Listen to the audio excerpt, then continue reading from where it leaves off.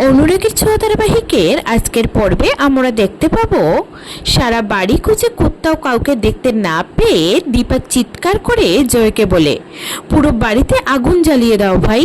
অন্যদিকে সোনা দীপার মতো দেখতে ওই মহিলার কাছে গিয়ে বলে, কি হলো তোমার হঠাৎ? আচ্ছা মা, তুমি কি আমার সাথে কথা বলবে না? আজ আমার যা ক্ষতি হয়েছে তার জন্য কিন্তু তোমরাও দায়ী। আর আজ আমি নিজে থেকে যখন তোমার কাছে এসেছি তখন তুমি ঘুরেও তাকাচ্ছ না আমার দিকে। বলেই ওই মহিলাকে টান দিয়ে ঘুরিয়ে দেখতে পায় এ তো দীপা নয়, দীপার জায়গায় দীপার সাজেই অন্য এক ভদ্র মহিলা দাঁড়িয়ে আছে। এই মহিলাকে দেখে কুন্তলা বলে, তার মানে আমার ভয়টাই সত্যি হয়েছে। দীপা কোথায়? অন্যদিকে জয় এবং দীপা মিলে পুরো বাড়ি ধোঁয়ায় ভরিয়ে দেয়। তারপর দীপা আগুন আগুন বলে চিৎকার করে জয় এবং দীপা সোফার আড়ালে লুকিয়ে পড়ে। এদিকে কুমার মনে মনে বলে, এই লাবণ্যের পরিবার আমাকে জ্বালিয়ে পুড়িয়ে শেষ করে দিল।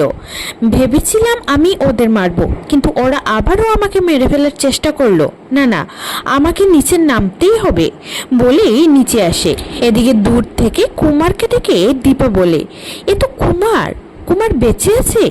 কুন্তলা কাউকে লুকানোর চেষ্টা করছে, সেটা আমি এতদিন ধরে বুঝতে পেরেছি, কিন্তু সে যে কুমার সেটা আমি দুঃস্বপ্নেও ভাবতে পারিনি।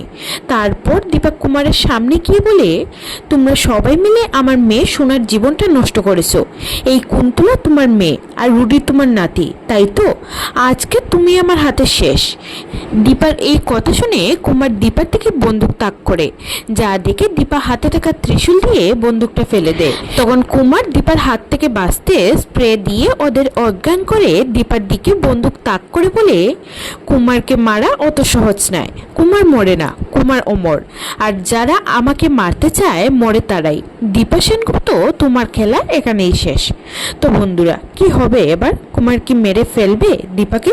তোমাদের কি মনে হয়?